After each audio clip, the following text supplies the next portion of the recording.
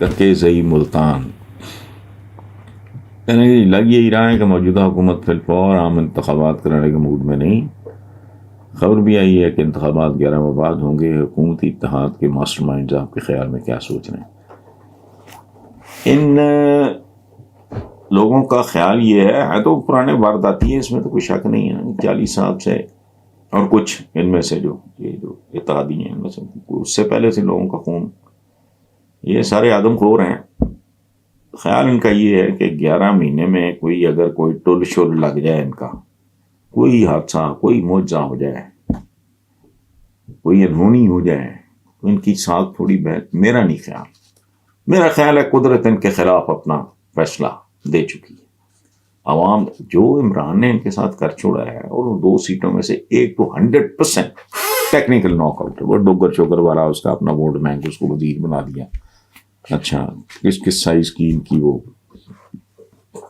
So called کابینہ ہے یہ، تو they are going to take a chance. آج تو موت سامنے، سیاسی موت کی بات کر رہا ہوں، وہ دروازے پہ کھڑی ہے، ناک کر رہی ہے، شیشے میں سے جھانک رہی ہے، ان کو نظر آ رہا ہے. وہ شاید کہیں یہ کوئی ادھر ادھر کہیں ہو جائے، 11 مہینے میں کوئی معجزہ ہو جائے. They are taking a chance.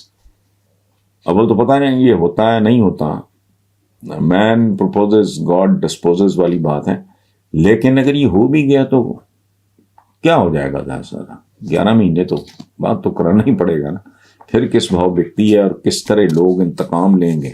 میرا ذاتی خیال کہ لوگوں کے اندر غصہ اسی حساب سے بڑھتا جائے.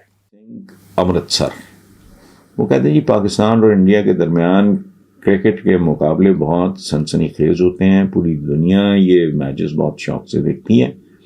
آج بھی آسٹریلیا میں پاکستان اور بھارت کے درمیان ایک میچ جاری ہے. میری خواہش ہے کہ پاکستان اور بھارت کو کھیلوں، ثقافت اور تجارت کے میدان میں ایک دوسرے کو پابندیوں سے استثناء دینا چاہیے. آپ کا کیا خیال ہے؟ دلیر سنگھ صاحب، آپ 100% درست. کوئی بھی سین آدمی، کوئی بھی سینسبل آدمی یہی بات کرے گا جو آپ فرما رہے ہیں. ایک بات. دوسری، جہاں تک میرا ذاتی تعلق ہے، میں ویسے حالانکہ آپ کے سوال میں ایسی کوئی بات نہیں ہے، مجھے کوئی کرکٹ سے کوئی شوق دلچسپی مجھے بالکل نہیں ہے. لیکن بہرحال جو سوال ہے آپ کا کھیلوں، ثقافت اور تجارت کے، تو یار صدیوں اکٹھی گزاری، کیا کوئی پاگل پن ہے؟ نیا ورلڈ آرڈر رستے میں ہے. واپس آ گئے ہیں چین کے سربراہ. ان کی تقریر سن اور سمجھنے، یہ مودی صاحب کے لیے بہت بڑا پیغام ہے. اپنے لوگوں سے دشمنی مت کرو.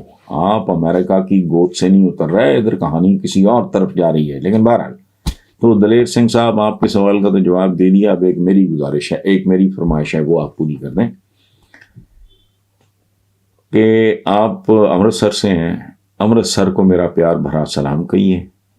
اور اگر آنے والے دنوں میں آپ کو جلندھر اور لدھیانہ آپ کا جانا ہو تو ان شہروں کو بھی میرا سلام اور پیار کہیے. وجہ اس کی میں آپ کو بتاتا ہوں.